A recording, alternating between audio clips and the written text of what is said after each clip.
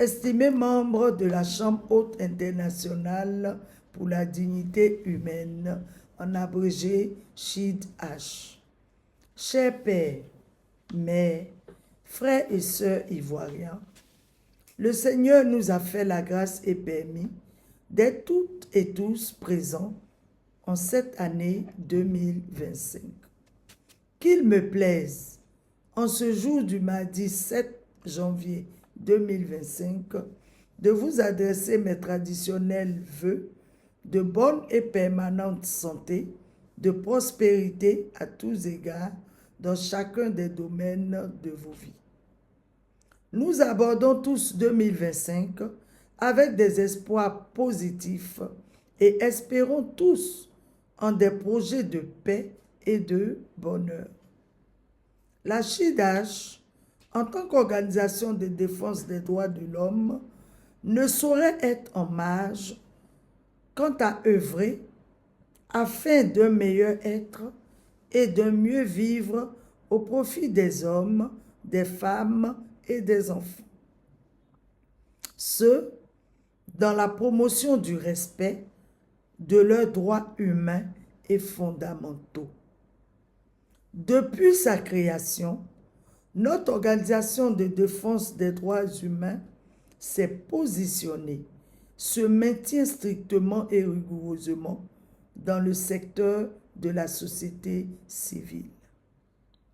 À notre avènement, sur la scène sociopolitique et économique, nous avons choisi de nous faire entendre, de porter à toutes et à tous notre voix par nos déclarations écrites, nos films de nos activités auprès des populations via nos pages Facebook et plateformes WhatsApp. Cependant, certains de nos frères ou sœurs qui ne nous ont certainement pas compris dans notre cheminement ou notre démarche se sont tout de suite attaqués à nos plateformes WhatsApp et pages Facebook, de sorte à les rendre indisponibles.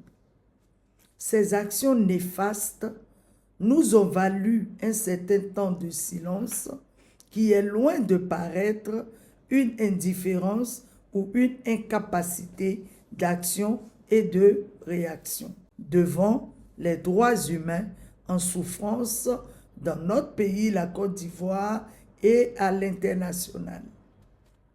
Mais, ayant pris les dispositions idoines pour contourner ces quelques entraves, nous sommes de retour sur la scène des droits de l'homme. Nous attendons pleinement prendre notre place dans les parts d'enjeux sociopolitiques et économiques incombant purement à la société civile. À ce sujet, particulièrement en Côte d'Ivoire, la part des choses doit pouvoir se faire sérieusement. Les actions et activités des défenseurs des droits de l'homme et des organisations de la société civile doivent être clairement et sérieusement distinguées de celles des organisations politiques. Car il est impérieux, et surtout dans nos nations africaines, que les politiques admettent enfin la place capitale des défenseurs des droits de l'homme et des organisations des sociétés civiles. La société civile appréhende fondamentalement et avec une meilleure lucidité les besoins, les aspirations, les intérêts des peuples qu'ils entendent diriger. Nous avons salué et accueilli avec joie la loi ivoirienne numéro 2014-388 du 20 juin 2014 portant promotion et protection des défenseurs des droits humains, membres à part entière de la société civile. Nous nous attendions qu'il serait adossé à la dite loi des mesures d'appoint prévoyant de l'égard de la considération, du respect, de la reconnaissance de la liberté d'expression et d'écrit aux défenseurs des droits de l'homme. Cependant, l'ordonnance ivoirienne numéro 2024-368 du 12 juin 2024 relative à l'organisation de la société civile, parsemée de certaines embûches au libre exercice des activités des organisations de société civile, sont à décrire. Nous avons été laissés un temps soit peu sur notre faim, car in fine, certains défenseurs des droits de l'homme, confondus en organisations de société civile, voient leur bon droit de protection des défenseurs des droits de l'homme acquis s'amenuiser. Aussi, les pouvoirs exécutifs, législatifs et judiciaires doivent pouvoir fonctionner séparément en raison de notre régime présidentialiste. Pour ce faire, le quatrième pouvoir de veille et régulateur des trois pouvoirs précités pour la vraie séparation dans leur fonctionnement n'est d'autre que la société civile. Cette société civile a donc le bassin des êtres humains sur lequel s'exercent les trois pouvoirs ci-dessus cités ne doit aucunement être vu en une concurrente politique à gêner ou à abattre. La société civile encore est la quatrième voie, le réel partenaire collaborateur dont les alertes, les propositions de réflexion et les suggestions doivent être prises en compte par les pouvoirs dirigeants afin de leur équilibre et de leur subsistance. Il faut bien que les dirigeants aient en mémoire que leur population, constituée d'êtres humains, vivants et actifs, sont loin d'être des momies inamovibles, mais aspirent à porter haut leur voix à chacun des temps de leur détresse et de leur joie. La société civile au surplus est le porte-voix naturel du peuple. Il faille donc raison garder que la société civile puisse librement porter haut la voix des peuples sans crainte d'être vitrifiée ou de voir permanemment planer sur sa tête une épée de Damoclès.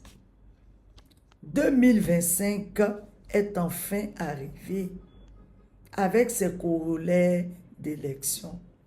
L'enjeu phare en Côte d'Ivoire est l'élection présidentielle d'octobre. Chacune des chapelles politiques s'active déjà. Les ambitions s'affirment et s'affichent. Cela n'est apparemment ni surprenant, ni inquiétant.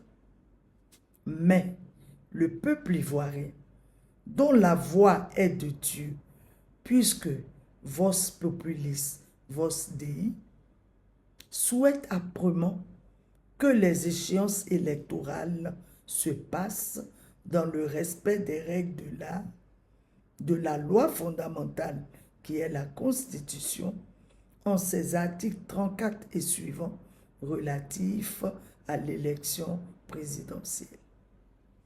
La CHIDH veut que son cri de cœur soit entendu afin qu'une bonne fois pour toutes, la spirale de violence, de tuerie, de sang humain qui dégouline du fait des dites élections s'arrête.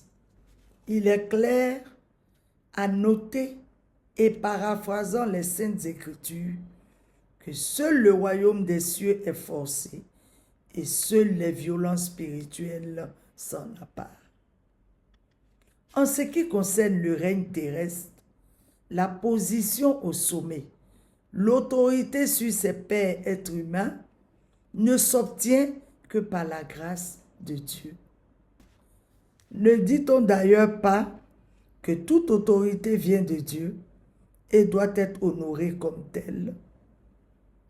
Monter donc au sommet, tout comme en descendre, se sent et se ressent par l'obtention de la voix non tronquée du peuple.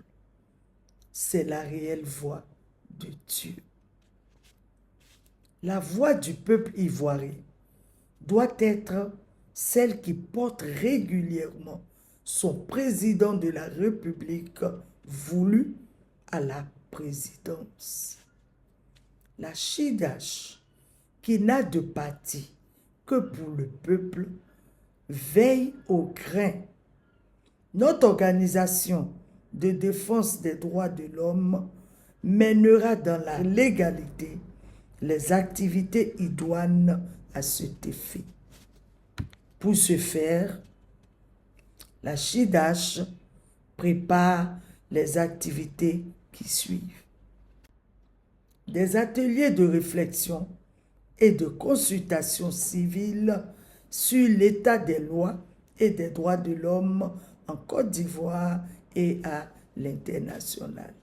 Des formations axées sur l'éducation au civisme, à la citoyenneté et aux bonnes mœurs permettront de renforcer les bases d'une société respectueuse des normes sociales et des valeurs républicaines. Des tables rondes d'échange sur la vie en Côte d'Ivoire et à l'international. Des thématiques dans l'optique d'améliorer les conditions de vie humaine. Ces échanges viseront à mettre en exergue les responsabilités individuelles et collectives dans la quête du mieux vivre en communauté. L'organisation de caravanes, des tournées de sensibilisation afin de promouvoir la paix, la solidarité, la communion fraternelle en Côte d'Ivoire et à l'international. Promouvoir les conduites exemplaires qui favorisent et renforcent la cohésion sociale et le respect mutuel. Sur ces propos, à ma qualité de présidente de la Chambre haute internationale pour la dignité humaine, je vous réitère mes vœux les meilleurs de glorieuses années 2025 et j'ai plaidé. Je vous remercie.